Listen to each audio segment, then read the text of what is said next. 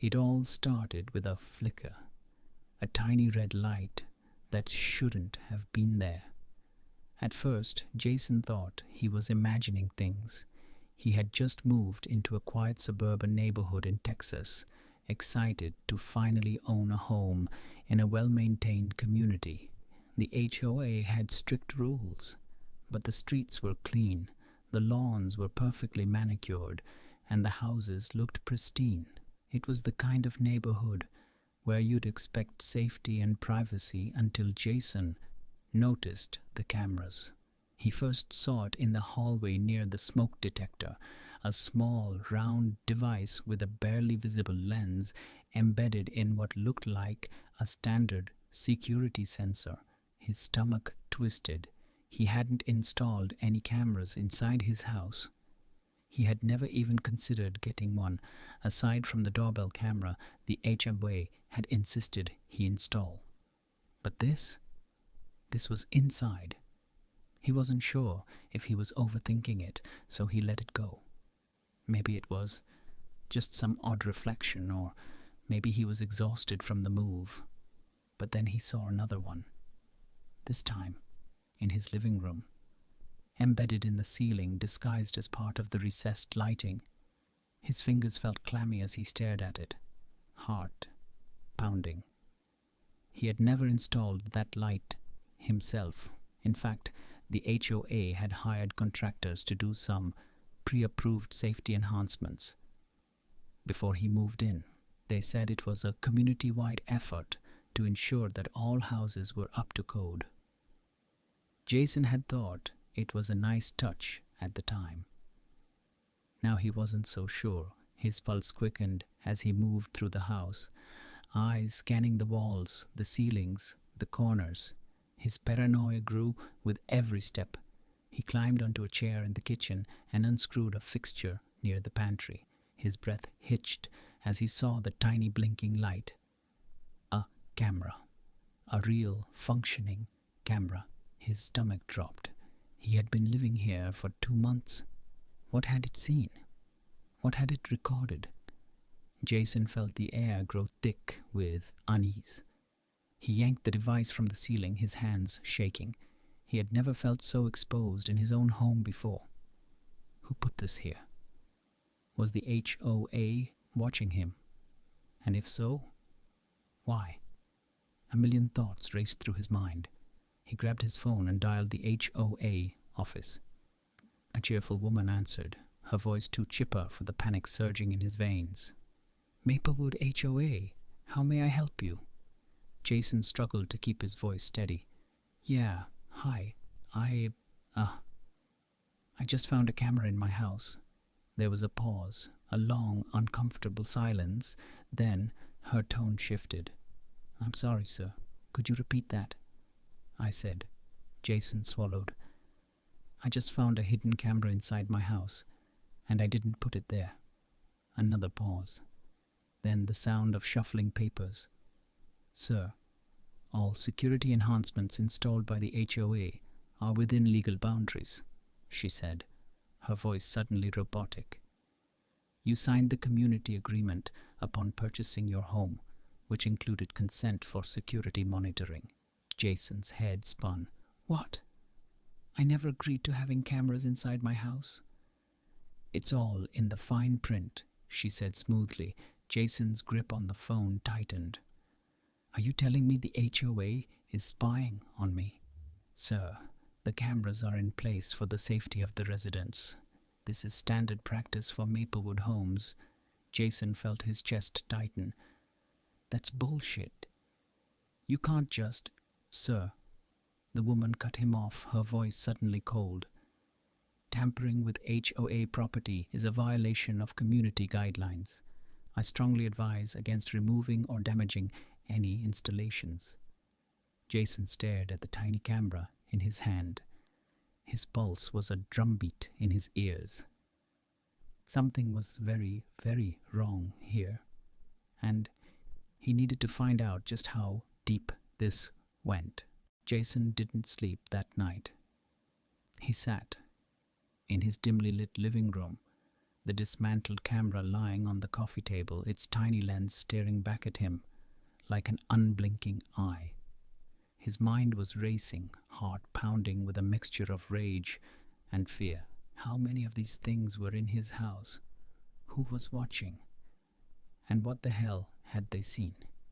His laptop sat open in front of him, multiple browser tabs filled with searches about HOA surveillance, hidden cameras, and legal loopholes. The results were disturbing. HOAs across the country had been accused of overreach before: unjust fines, forced home modifications, aggressive monitoring, but nothing like this. Then, buried deep in a discussion thread, he found a post from an ex-homeowner in another state. If you live in an HOA-controlled neighborhood, read the fine print. Some of them slip in security clauses that allow for interior monitoring. They call it safety assurance, but it's really about control. They watch everything. If you're in one of these places, get out. Jason's stomach twisted. He reached for the community agreement he had signed when purchasing the home, flipping through the thick packet of legalese, his fingers shaking. He skimmed through the pages, eyes darting over the dense text until he found it. By signing this agreement, the homeowner consents to security monitoring installations within and around the property. These installations are maintained by the Homeowners Association for the safety and well-being of the community. Removal or tampering with these devices will result in penalties or legal action. Jason's breath came in short, sharp gasps. He had signed this. He had agreed to it without even realizing. But legal or not, this was a violation of privacy beyond anything he had ever imagined. A fresh wave of panic hit him. Had they been watching him 24/7? Had they seen him sleeping, showering, talking on the phone? What about last week, when Sarah had stayed over? His fists clenched. He had to do something. Determined, Jason grabbed a screwdriver and moved through the house, searching every corner, every smoke detector, every light fixture. He found 4 more cameras. One in the bedroom, one in the hallway, one in the kitchen, and one in the bathroom. His stomach churned at the last one. This wasn't about safety, this was something else. Ripping each camera out one by one, Jason stuffed them into a box and locked it in his closet. If the HOA wanted their damn cameras, they could come and get them. The next morning, a black SUV was parked outside his house. Jason's breath hitched as he peeked through the blinds. The car wasn't marked, but he could see 2 men sitting inside, their faces obscured by dark sunglasses. Watching. Jason's phone buzzed. He grabbed it, hard, hammering. Unknown number. He hesitated before answering. "Hello?" A low, controlled voice spoke on the other end. "Mr. Graves, this is Daniel Mercer from the Maplewood HOA Compliance Office." Jason didn't respond. "We've detected unauthorized tampering with community property in your residence," Mercer continued. "We strongly advise that you return the security devices to their designated locations immediately." Jason gritted his teeth. "You put hidden cameras in my bathroom, and you expect me to just—" "Mr. Graves," Mercer interrupted, his tone icy.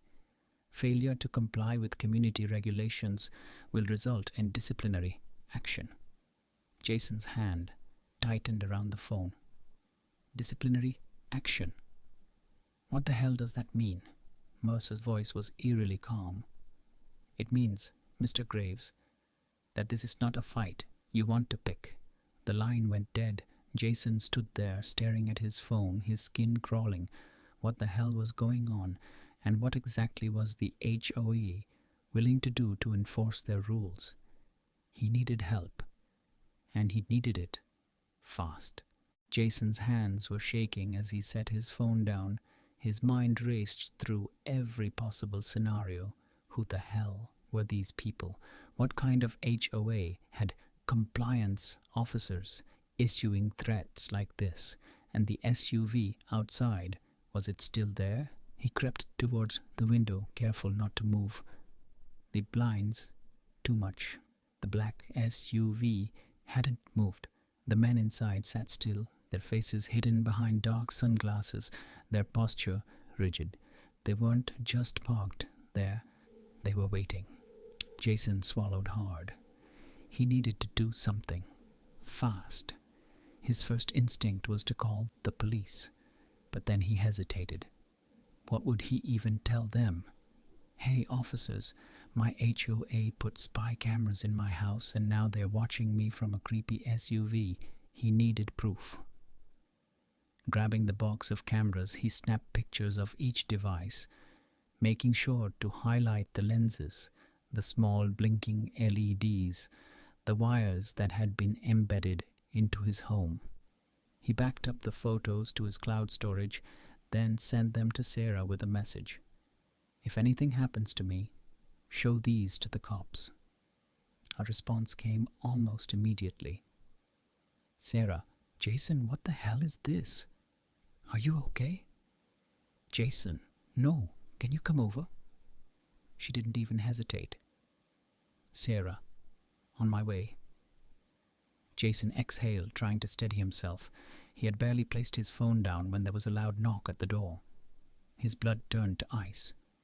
It was too soon for Sarah. Heart pounding, he approached the door, peering through the peephole. A man in a charcoal suit stood on his porch, flanked by two other men in HOA-branded polos. The suited man's face was blank, unreadable, his posture eerily composed. Jason's gut screamed at him to not open the door. The suited man knocked again. 3 slow, deliberate raps. "Mr. Graves," he called out, his voice smooth and commanding. "We know you're home. We need to have a conversation." Jason's pulse thundered in his ears. He didn't move, didn't answer. Silence stretched on the other side of the door. Then, "You have something that belongs to us." Jason's fingers curled into fists. The cameras. They wanted them back. A tense moment passed. Then, without another word, the suited man turned and walked away, the 2 HOA officers following close behind. They didn't look back. They didn't try to force their way in. They just left. Jason's body stayed frozen in place until he heard the car doors shut. The SUV's engine rumbled to life, and within seconds it pulled away from the curb.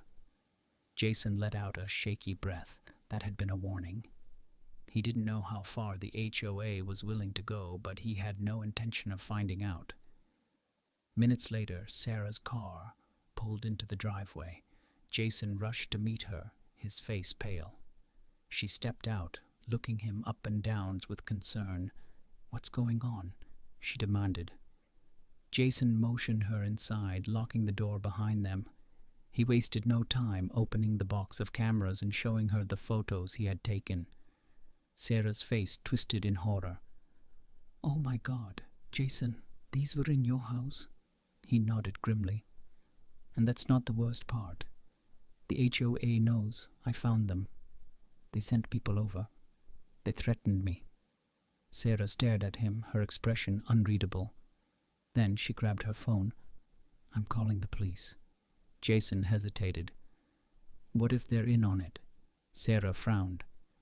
"What do you mean?" He ran a hand through his hair. "I don't know, Sarah.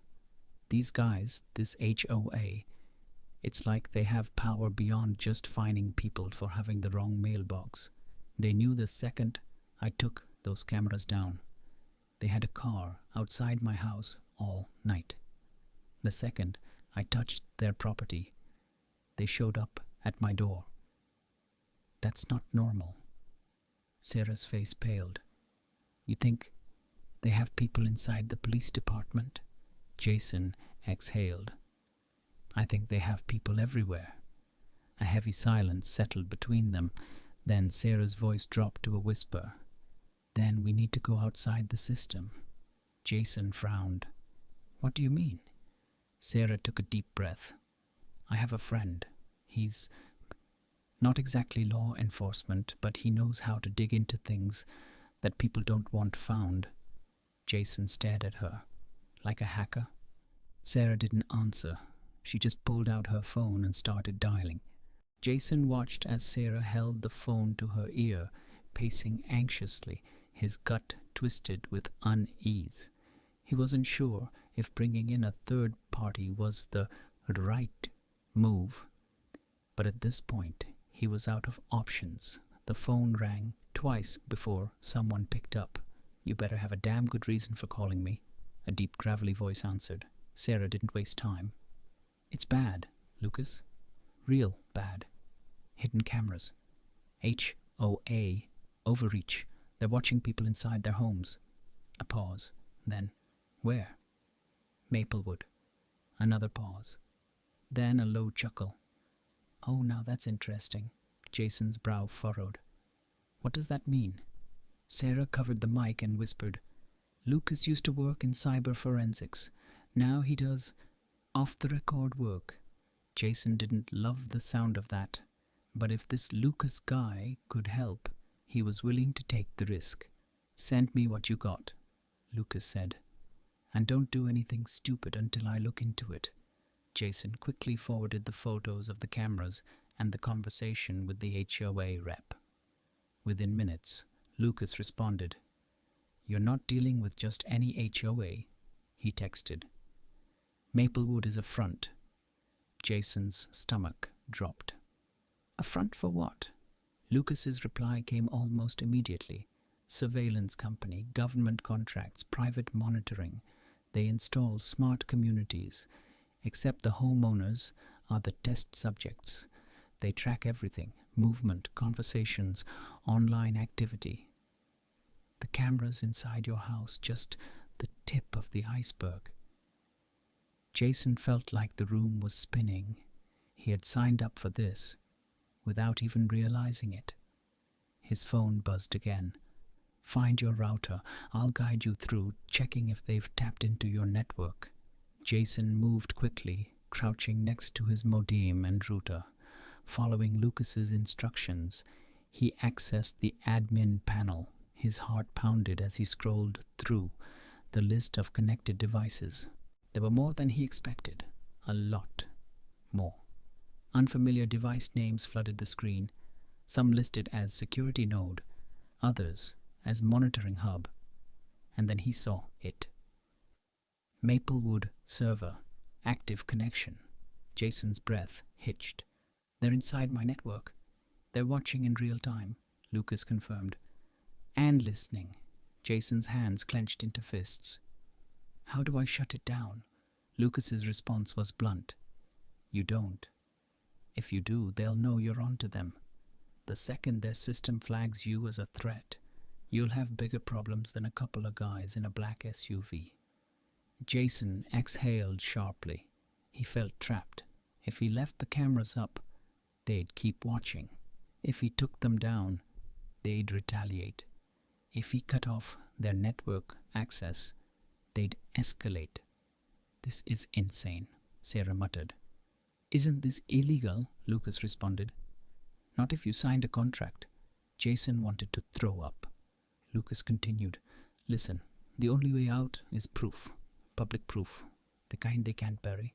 Jason took a shaky breath. How do we get that? A beat. Then, meet me, midnight. Warehouse District, Pier 17. Jason and Sarah exchanged uneasy glances. This was getting dangerous. But Jason had no choice. If he wanted his life back, he had to take the risk. Midnight. Pier 17. Jason and Sarah pulled into the empty lot. A single street lamp buzzed overhead, casting flickering light onto the wet pavement. The air was thick with tension. Then, a black motorcycle rolled into view. Lucas. He killed the engine and stepped off, removing his helmet. He was older than Jason expected, maybe mid-40s, with sharp eyes and a no-nonsense demeanor. Without a word, he pulled out a laptop and set it on the hood of Jason's car. Here's the deal, Lucas said, fingers flying across the keyboard. I dug deeper. The Maplewood HOA is just one of 6 communities running this experiment. The data feeds into a private company, Aegis Analytics. They sell behavior tracking data to government agencies, corporations, and, in some cases, foreign buyers. Jason's blood ran cold. They're selling our private lives. Lucas nodded. Your search history, your conversations, even your habits. They know when you wake up, when you leave for work, what you watch, who you talk to. Sarah paled. Jesus Christ. Lucas turned the laptop toward them. This is their central hub. Every resident has a file. Video logs, transcripts, movement patterns. You want out? We expose this. Jason's jaw tightened. How? Lucas smirked. By giving them a taste of their own medicine. The setup. Lucas worked fast, planting a signal interceptor on Jason's router. It would redirect all data logs to an external server, one they controlled. Everything Maplewood monitored, they would now record for themselves. Then, Lucas launched a broadcast. Within seconds, video feeds from hundreds of homes in Maplewood popped up on the screen. Living rooms, bedrooms, private moments no one ever should have seen. Sarah covered her mouth. Oh my God, they're watching everyone. Jason clenched his fists. We leak this. Now, Lucas nodded. Already on it. A few keystrokes later, the footage was uploaded to multiple news agencies, whistleblower sites, and encrypted social media accounts. Within minutes, the internet exploded. Ho spying, Jamar Maplewood surveillance, Jamar's privacy is dead. Then the phone rang. Unknown number. Jason hesitated before answering. A deep, calm voice spoke. Mr. Graves, that was a very bad decision. Jason's pulse spiked. You should be worried. A low chuckle. You think this ends here? Jason stared into the darkness, his jaw tight. Number, but it's a damn good start. Click. The line went dead. Lucas shut the laptop. We need to move. Now, Jason's heart pounded. The fight wasn't over, but for the first time in weeks he felt something other than fear. He felt free. And he wasn't going down without a fight.